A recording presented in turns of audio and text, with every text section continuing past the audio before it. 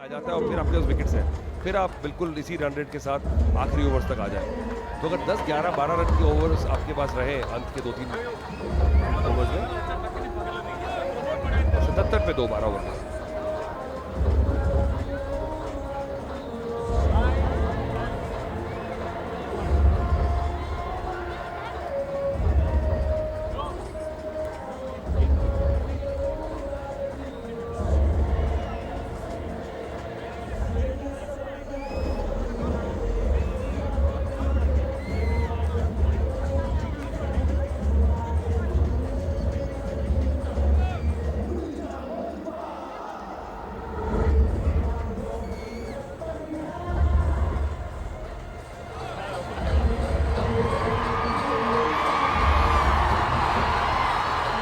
Over की समाप्ति के बाद चेन्नई रहना 77 पे 2। पृथ्वी 17 पे अच्छा साथ दे रहे हैं। विक्रांत का जो कि 29 पे है, 24 गेंदों का सामना किया है, पर जो गेंदबाजी का स्तर रहा है कर्नाटक का बुलडोजर्स ने भी बहुत प्रभावित किया है। काफी बढ़िया लाइन और लेंथ के तहत गेंदबाजी की है। तो यहाँ से अब 80 रन चाहिए मुकाबला जीतने के लिए चेन्नई रहनर्स को 48 गेंदों में। दिलचस्पी, अब चिंताएं, सब कुछ बढ़ता हुआ इस मुकाबले की अगर बात करें। बड़ा मुकाबला है, करो या मरो की स्थिति दोनों ही टीमों के लिए। पहला सेमीफाइनल।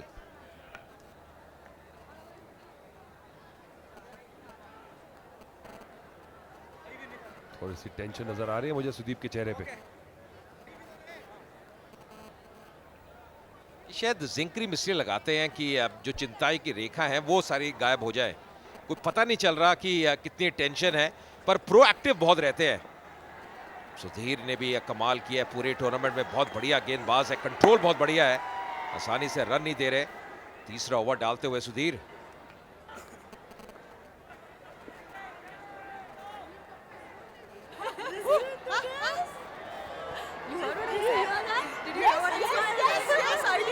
डगआउट में तो काफी खुशी है, ऐसा लगता है कि कुछ ऑप्टिमिज्म बिल्कुल है चेन्नई के खेमे में। इंतजार है बस कि ओह, इसी की इंतजार में थे।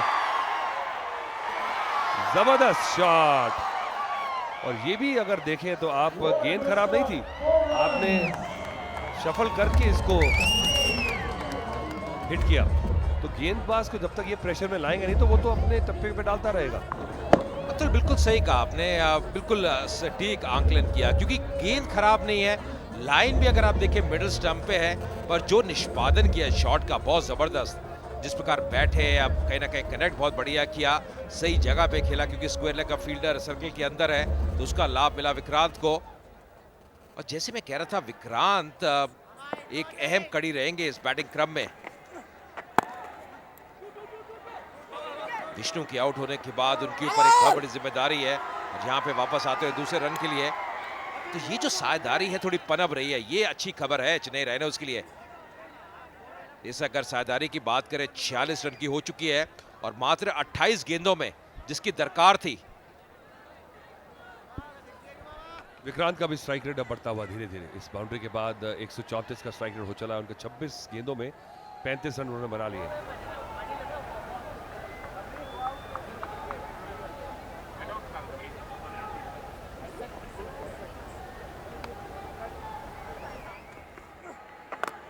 फिर से वही शॉट, और स्क्वायर बाउंड्री पे पीछे खिलाड़ी नहीं है क्योंकि फाइन लेग अंदर रखा हुआ है। तो इसे कहते हैं प्रोएक्टिव बैटिंग। अब गेंदबाज को सोच रहा होगा कि कहाँ गेंद फेंकूं, क्या फील्ड लगाऊं, और जो जिसकी आशा थी वही हुआ। कप्तान और गेंदबाज की मीटिंग पिच के बीच में।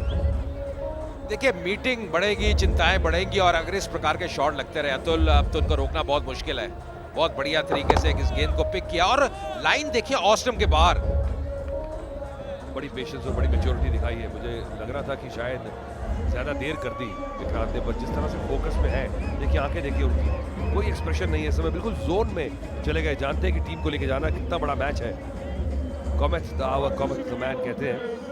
आज ऐसी पारी खेल रहे हैं, और जो भी शॉट्स लगाए हैं उसमें देखिए कुछ बॉल में है नहीं, कुछ ना टर्न ना बाउंस, आसानी से मार लिया। तो मौका पहले नहीं लिया और रिस्पेक्ट ज्यादा दे दी शुरू में। और अहम साझेदारी 50 रनों की 29 गेंदों में केवल, जिसकी दरकार थी चेन्नई रहनर्स को। Looks like a man on mission है Vikrant, he is on strike 39 पे। और इस बार रिवर्स स्वीप का प्रयास, क्या यह विकेट है? सुदीप सेलिब्रेट करते हुए, पर एम्पायर से कोई भी प्रतिक्रिया नहीं। ये बहुत हैरान है, ये बहुत हैरान है, और रेफरल लेंगे ही लेंगे। मुझे ऐसा लगा आवाज आई है, पर क्या बल्ला जो है वो जमीन पे लगा था? बहुत मुश्किल है इसको बता पाना, क्योंकि इतनी स्पीड से बॉल पॉपिंग क्रीज के से विकेट कीपर तक जाती है कि उसमें बैट पूरा फेस उसका लगा है। ये तो बहुत करीब जो है, या बल्लेबाज को पता चलेगा या विकेट कीपर को। और अगर कैच है तो इससे बेहतर तो कैच मैंने देखा नहीं कभी। देखिए अतुल, जो थर्ड एम्पायर है वो देखेंगे कोई डिफ्लेक्शन है, कोई एंगल बदला है, मुझे लग नहीं रहा। मुझे लग रहा है जो बल्ला है वो जमीन पे लगा है, और शायद उसी की आवाज से सुदीप प्रभावित हुए थे और अपील की थी। बिल्कुल कोई भी डिविएशन नहीं है। हालांकि आप एक चीज की तारीफ करनी होगी, जो कलेक्शन की है विकेट के पीछे सुदीप ने, बहुत बढ़िया, कभी भी आसान रहता नहीं। तो एक तसल्ली तो है डीआरएस से कि नाजायज नहीं होता आजकल बल्लेबाजों के साथ, क्योंकि कई बार ऐसा प्रेशर क्रिएट करके विकेट कीपर विकेट ले जाता था और आपके पास बचने का मौका नहीं रहता था। पर अब अगर अंपायर ने आउट दे भी दिया तो ऐसे डिसीजन को चेक करके नॉट आउट देना ही पड़ेगा थर्ड अंपायर को। जी हाँ, बिल्कुल। देखिए, आपको बेनिफिट डाउट देना होगा। जो एम्पायर का डिसीजन है, जो ऑन फील्ड एम्पायर है, उनके डिसीजन को रिस्पेक्ट करना होगा और नॉट आउट डिसीजन होना चाहिए। अभी भी इंतजार कर रहे हैं, और जी हाँ, वही अब इशारा करते हैं ऑन फील्ड एम्पायर की, अब नॉट आउट है।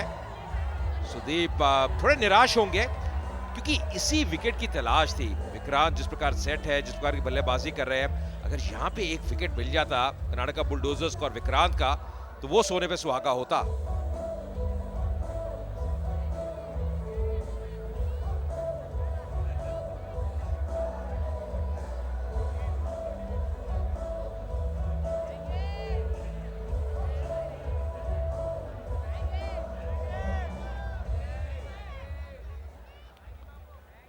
अभी तक इस ओवर की बात करें, 11 रन खर्च चुके हैं सुधीर, उनका सबसे महंगा ओवर।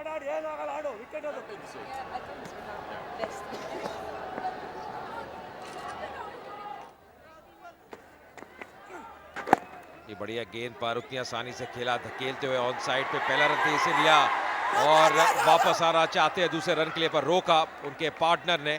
13 ओवर की समाप्ति, 89 पे 2।